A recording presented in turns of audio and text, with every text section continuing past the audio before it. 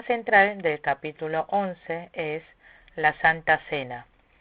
Tiene 4 puntos principales. Punto 1, versículo 1 al 6. La cabeza de la mujer es el hombre y la cabeza del hombre es Cristo. Punto 2, versículo 17 al 22. Exhortación a la mala práctica acerca de la Santa Cena. Punto 3, versículo 23 al 26. El verdadero sentido de la Santa Cena. Punto 4, versículo 27 al 34. Recibirá castigo si participan mal de la Santa Cena. Los capítulos 11 al 14 de Primera de Corintios habla de los problemas interiores de la iglesia de Corinto. Especialmente, capítulo 11, versículo 1 al 16, trata específicamente el uso del velo que cubre la cabeza de la mujer durante el culto. Capítulo 11, versículo 17 al 34, habla específicamente acerca de la Santa Cena. Capítulo 11, versículo 1, está ligado con capítulo 11, versículo 34. Leamos ahora el versículo 1. Imítenme a mí, como yo imito a Cristo. En cuanto al problema de la idolatría, acerca de problemas que no son de edificación para la iglesia, Pablo dijo que lo imitara. Pablo imitó a Cristo, así que el hecho de que imitara a Pablo era lo mismo que imitar a Cristo. En 1 de Timoteo, capítulo 1, versículo 15, Pablo dijo: soy el peor de los pecadores. Fue una imagen muy humilde de Pablo. También nosotros debemos imitar la humildad de Pablo. Aquí, cuando Pablo dijo que lo imitara, fue que le imitara su vida de fe y su firmeza en seguir avanzando hacia la verdad. Además, Pablo conocía muy bien su debilidad y faltas. Pablo dijo que había recibido muchas carencias, insultos y persecución. A pesar de todo eso, está diciendo que imitemos su pelear la buena batalla de la fe y su confianza en el Señor.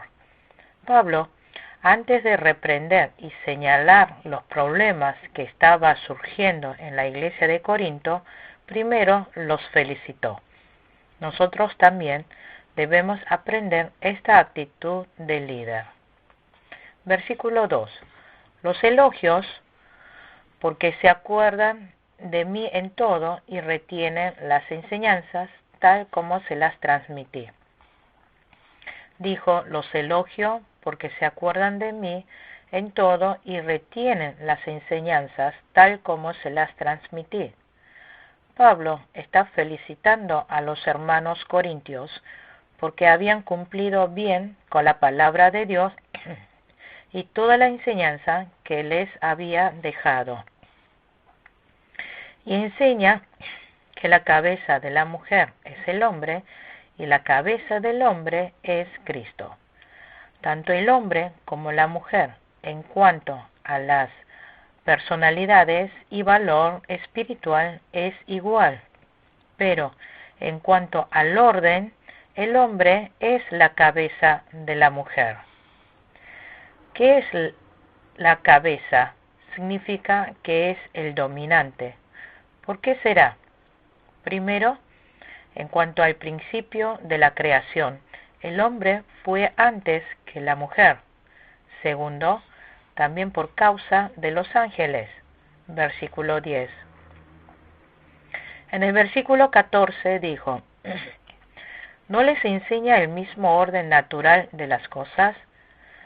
Si vemos en Génesis capítulo 2, versículo 18, vemos que ha creado a la mujer como la compañía idónea para el hombre.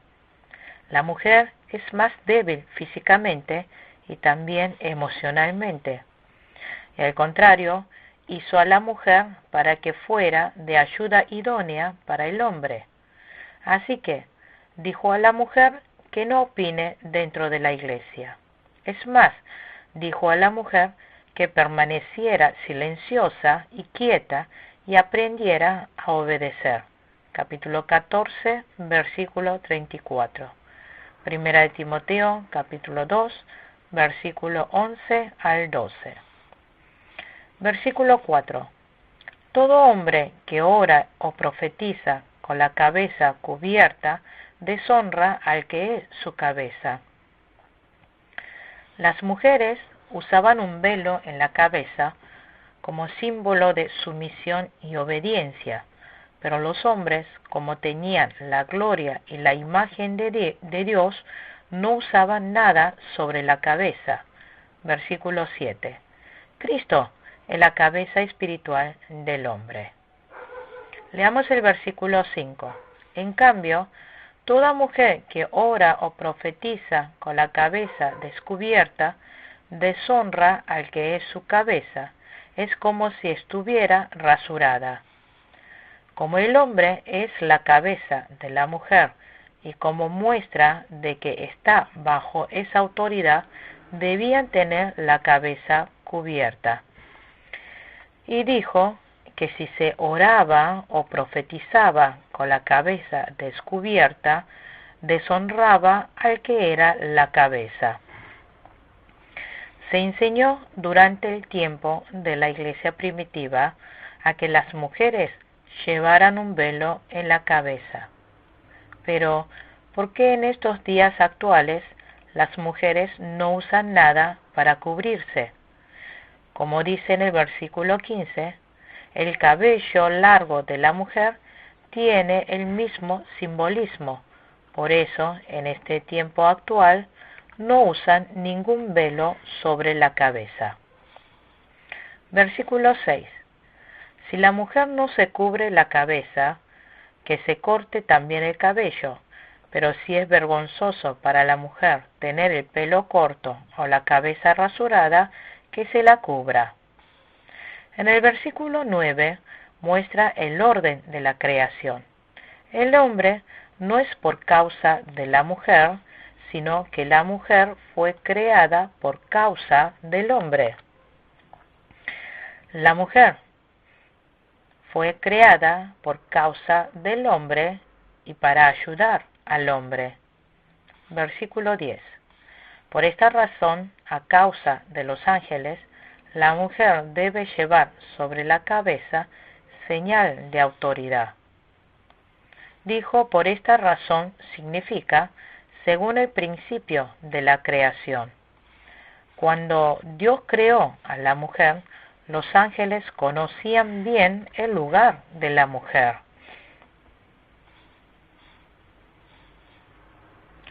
Entonces, la mujer debe estar para ayudar al hombre. Dios, enviando a los ángeles, hace que reporte todo a él, no solo en los cultos, sino en todo momento y circunstancias. Por eso, la mujer está siempre bajo la autoridad del hombre. En señal a eso, tiene que llevar cubierta la cabeza. Pero Dios es el creador de tanto del hombre y de la mujer.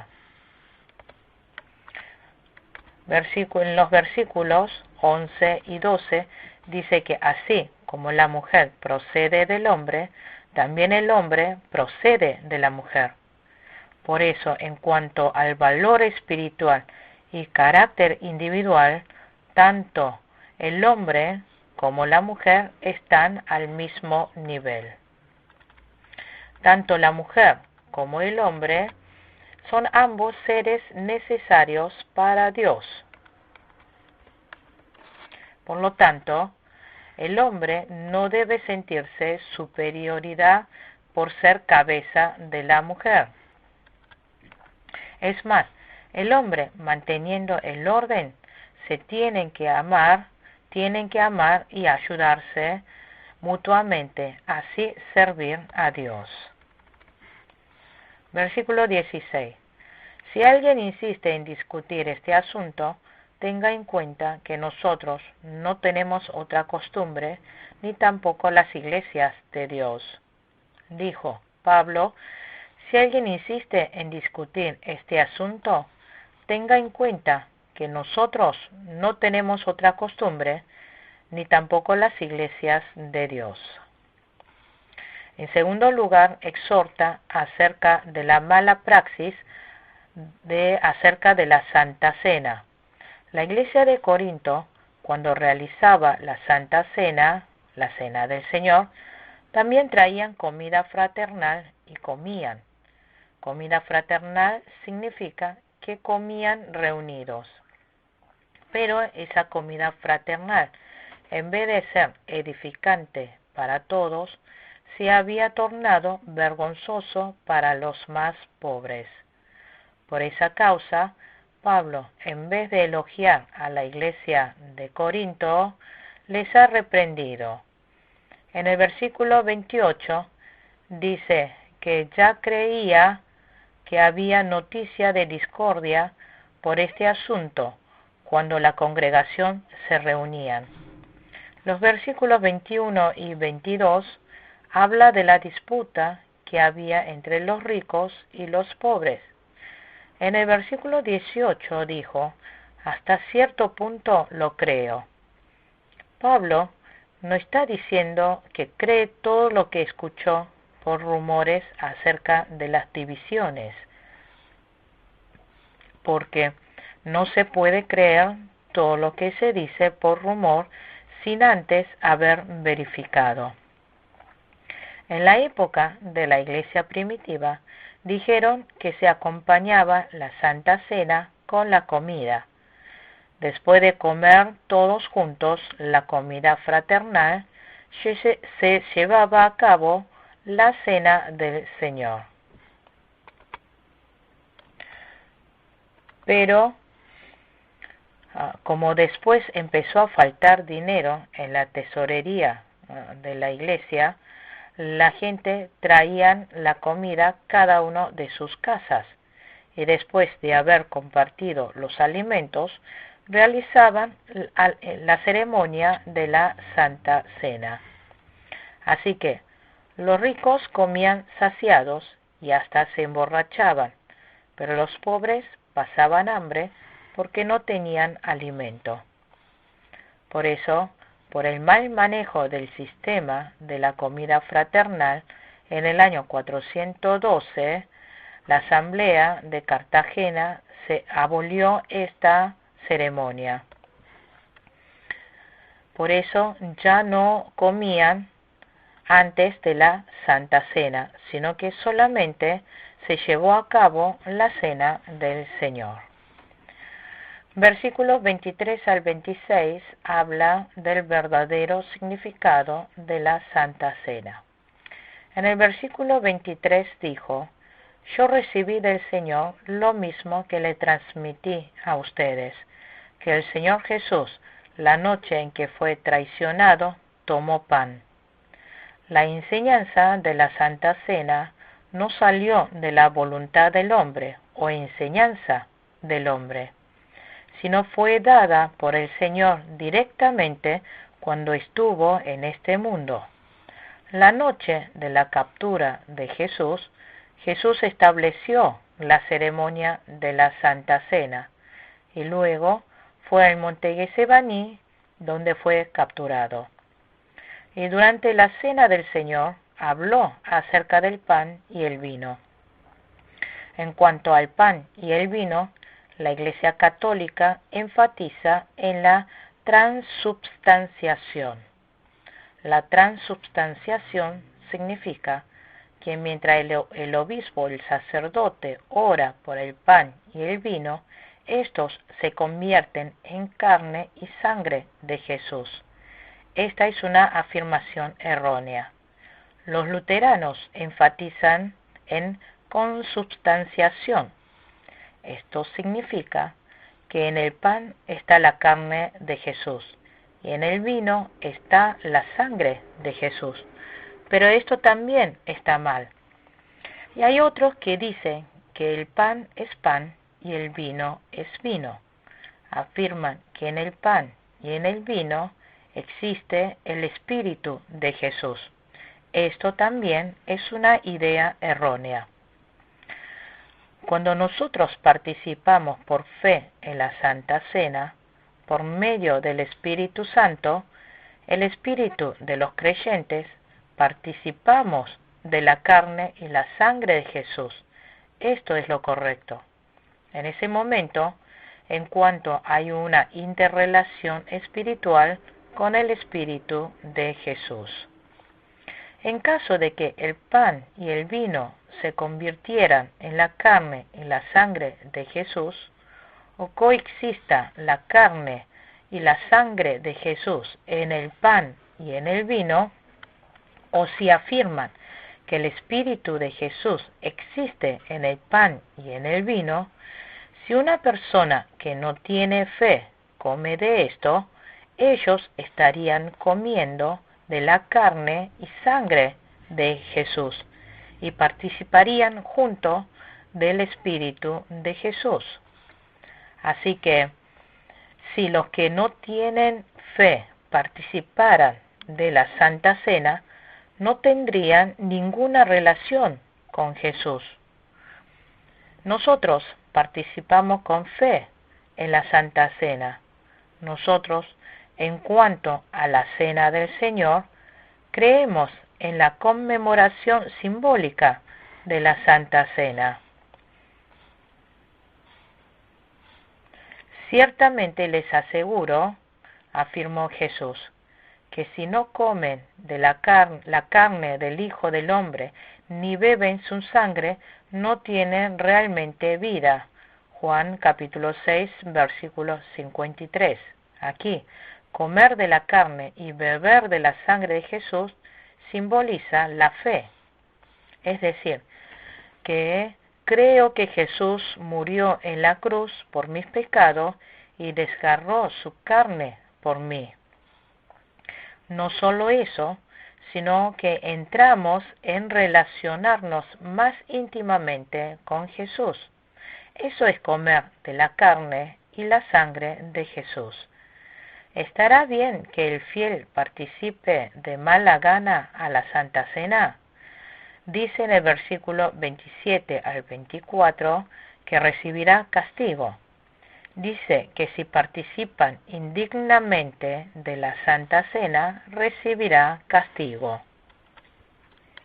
Significa que comete el pecado de contaminar lo santificado. Es decir, cometen el pecado de despreciar la carne y la sangre de Cristo. Así que hay que examinarse bien a sí mismo antes de participar de esta ceremonia. ¿Cuál sería el castigo para los que participan indignamente de la ceremonia de la Santa Cena? En el versículo 30 dice que hay muchos débiles, enfermos y dormidos. Esto significa que están así por haber recibido castigo de Dios. El que duerme se refiere a los muertos. Por lo tanto, debemos recordar que si no participamos bien de la Santa Cena, o sea, dignamente, y pecamos delante de Dios, recibiremos castigo de Dios. Versículo 33 y 34. Así que, hermanos míos, cuando se reúnan para comer, espérense unos a otros. Si alguno tiene hambre, que coma en su casa, para que las reuniones de ustedes no resulten dignas de condenación. Los demás asuntos los arreglaré cuando los visite. Dice que en la iglesia de Corinto cada uno traía comida y participaban así de la comida fraternal y de la Santa Cena. La congregación terminaban participando de la cena del Señor, emborrachados y saciados. Por esta causa, las reuniones de la iglesia estaban siendo juzgados. Por eso, Pablo les dijo que si tenían hambre, que comiera en casa, y les estaba enseñando que toda la iglesia pudiera participar dignamente de la ceremonia de la Santa Cena. Pablo expuso hasta ahora importantes problemas. Tenía mucho más para hablar, pero que lo haría cuando llegase a la iglesia de Corinto y trataría los asuntos directamente. Ahora estudiaremos el capítulo 12 de Primera de Corintios. El tema central del capítulo 12 es un cuerpo y muchos miembros. El capítulo 11 de Hebreos se trata de la fe. Aquí el capítulo 12 de Primera de Corintios habla acerca de los dones. Aquí está hablando específicamente acerca de los dones espirituales que se necesitan para acompañar la obra evangelística de la iglesia. En el capítulo 12 habla acerca de los dones y las organizaciones de una iglesia. El capítulo 14 enfatiza especialmente acerca del don de lenguas y profecías.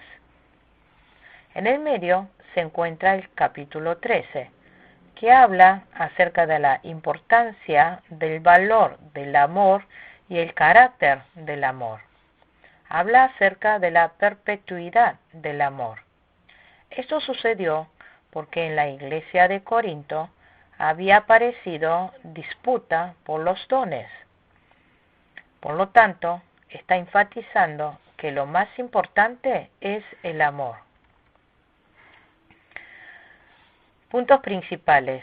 Punto 1. Disciernan espiritualmente. Versículo 1 al 3. Punto 2. Los dones son diferentes, pero el origen y el propósito es la misma. Versículo 4 al 11. Punto 3. Se necesitan muchos miembros en un cuerpo. Versículo 12 al 27. Punto 4. Cuida tu deber y anhela un más excelente don. Versículo 28 al 31. Veamos el punto 1. Disciernan espiritualmente. Versículo 1 al 3. Leamos versículo 1 al 3. En cuanto a los dones espirituales, hermanos, quiero que entiendan bien este asunto. Ustedes saben que cuando eran paganos se dejaban arrastrar hacia los ídolos mudos. Por eso les advierto que nadie que esté hablando por el Espíritu de Dios puede maldecir a Jesús, ni nadie puede decir, Jesús es el Señor, sino por el Espíritu Santo. Aquí lo espiritual son todo lo que está en el área espiritual entre Dios y los creyentes. Hay muchos dones que le ha dado a los fieles creyentes, pero tiene que comprender bien acerca de los dones para hacer bien la vida espiritual. Así podremos ir edificando bien la iglesia.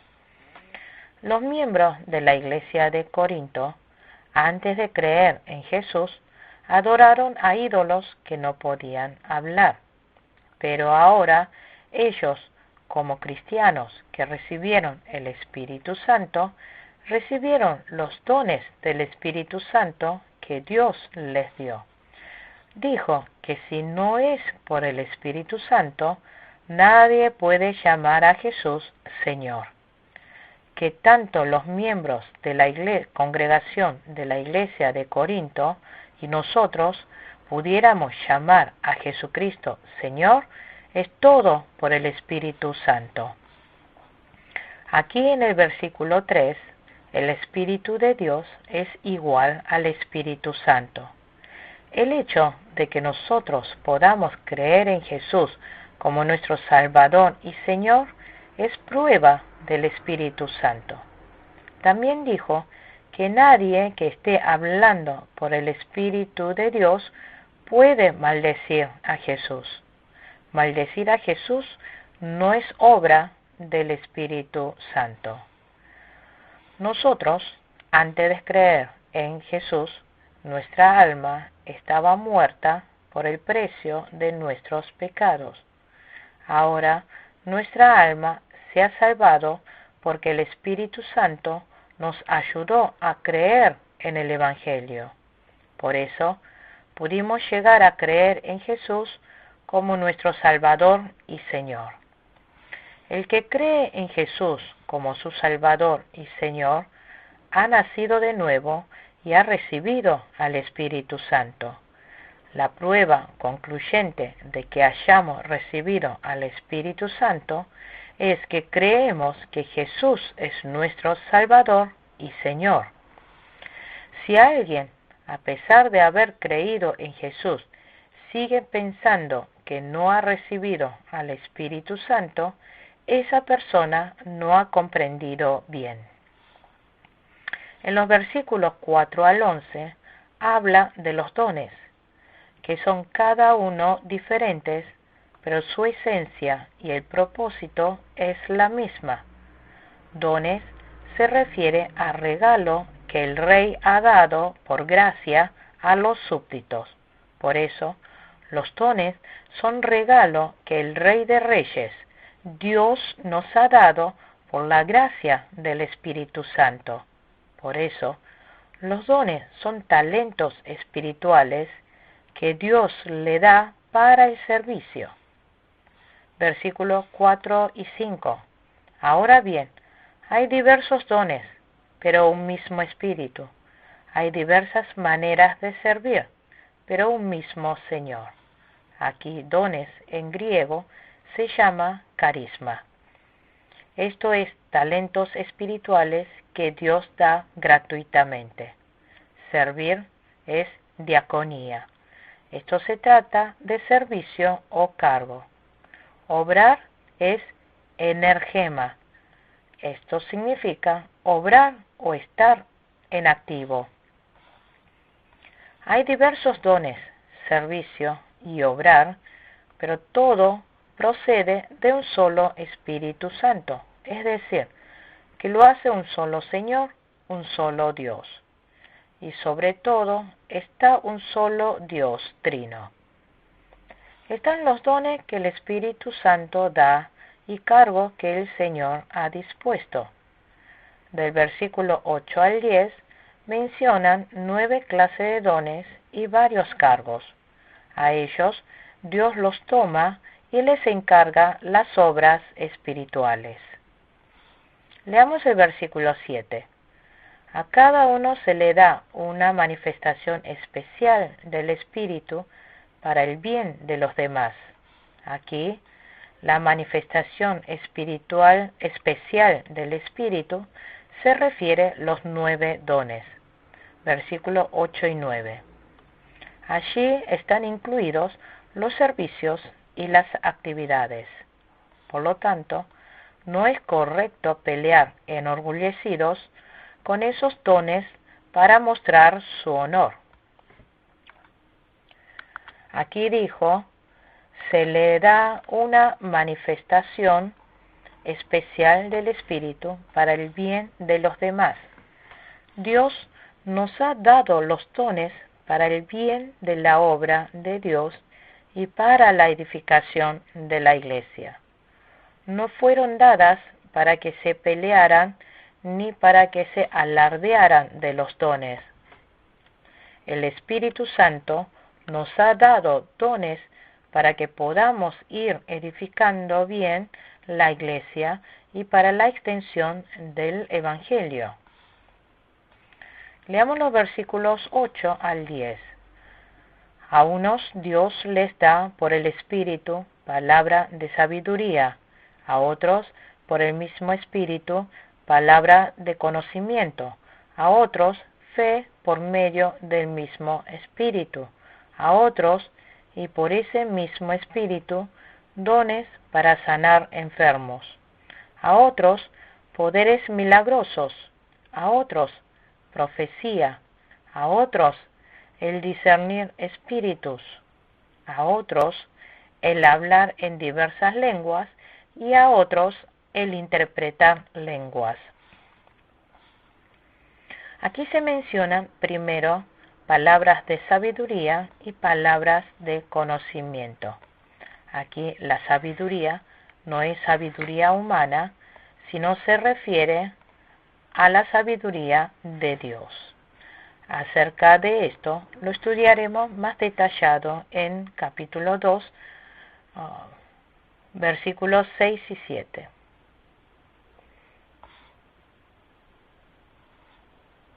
Ya lo hemos visto detalladamente en el capítulo 2, versículos 6 al 7.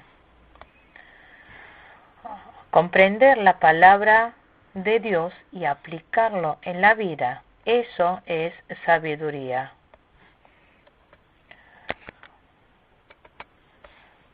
Conocimiento de la palabra se refiere al conocimiento de la Biblia.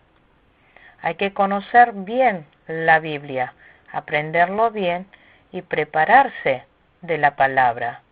Esteban predicó de Jesús con Espíritu Santo y sabiduría, mencionando las escrituras del Antiguo Testamento. Hechos capítulo 7. Tercer don es la fe. La fe es uno de los dones más importantes y básicos. Que crea es un gran don de Dios. Por lo tanto, le da el don de fe a muchas personas. En Marcos capítulo 9, versículo 23, dijo que a los que creen nada es imposible. No hay una fe poderosa aparte. Cualquiera que crea, si usa la fe, se manifiesta el poder. Mateo capítulo 17, versículo 20. Esto es fe que tiene vida. El cuarto don es el don de sanidad. Puede existir este don de sanidad para el día de hoy, pero hubo más dones de sanidad, especialmente en el tiempo de los apóstoles. Esto se puede decir que eran las señales del apostolado. Y Jesús también sanó a muchos enfermos, pero el don de sanidad no se nota tanto como en el tiempo de los apóstoles. Jesús sanó a muchos enfermos para hacer creer que era el Cristo. Como el tiempo de los apóstoles todavía no estaba completado la Biblia, por medio del milagro de sanidad, extendieron el Evangelio, proclamaron el Evangelio. Se puede decir que fueron milagros especiales. Dijimos que hoy en día también hay dones de sanidad, pero ahora tenemos completada la Biblia. Estamos viviendo una generación donde se ha detenido la revelación extraordinaria. Pero a pesar de todo eso, como Dios sigue siendo todopoderoso, si es la voluntad de Dios, no hay ninguna enfermedad que no pueda ser sana. Pero no es algo grande el sanar físicamente, sino más importante es la sanidad espiritual. Luego, el otro don que se menciona es el don de poderes milagrosos. Este don es la de ayudar a soportar grandes dificultades, vencer a grandes tribulaciones. Luego está el don de profecía, la profecía del Antiguo Testamento y la profecía que menciona en Hechos capítulo 11, versículo 28 son diferentes. Esta profecía son palabras de Dios que los fieles y la Iglesia necesitan. También, por medio de la Biblia, mencionan las palabras para obrar a futuro. Toda profecía que hable apartado de la palabra bíblica no es profecía. Pablo le dijo a Timoteo: Timoteo, hijo mío, te doy este encargo porque tengo en cuenta las profecías que antes se hicieron acerca de ti. Deseo que, apoyado en ellas, pelees la buena batalla. Primera de Timoteo, capítulo 1, versículo 18. También en Apocalipsis, capítulo 1, versículo 3, dijo: Dichoso el que lee y dichosos los que escuchan las palabras de este mensaje profético y hacen caso de lo que aquí está escrito, porque el tiempo de su cumplimiento está cerca. Luego otro don es don de discernir espíritus. Los demonios también se presentan como espíritus de luz. También hay muchos espíritus engañosos, por eso es importante discernir espíritus.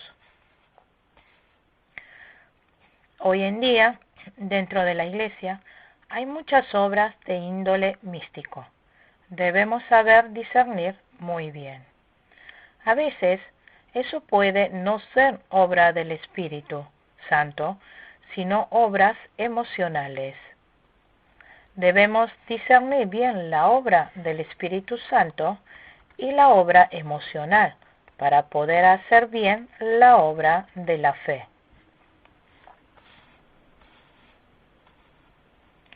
Luego está el don de lengua y don de interpretación. Acerca de estos dones, quisiera exponerlo más específicamente en el capítulo 14. Ahora leamos el versículo 11. Todo esto lo hace un mismo y único Espíritu, quien reparte a cada uno según Él lo determina. Dijo: quien reparte a cada uno según Él lo determina. Los dones del Espíritu Santo no es repartida por peticiones del hombre, sino según la voluntad de Dios. Los dones del Espíritu Santo es repartida a cada uno según la voluntad de Dios. Por lo tanto, no está bien estar pidiendo: dame este don, dame este don. El móvil que no motive a usar los dones, el móvil que motive a usar los dones debe partir del amor. Y es importante usar los dones del Espíritu Santo para la edificación de la Iglesia. No debe terminar siendo un don centralista.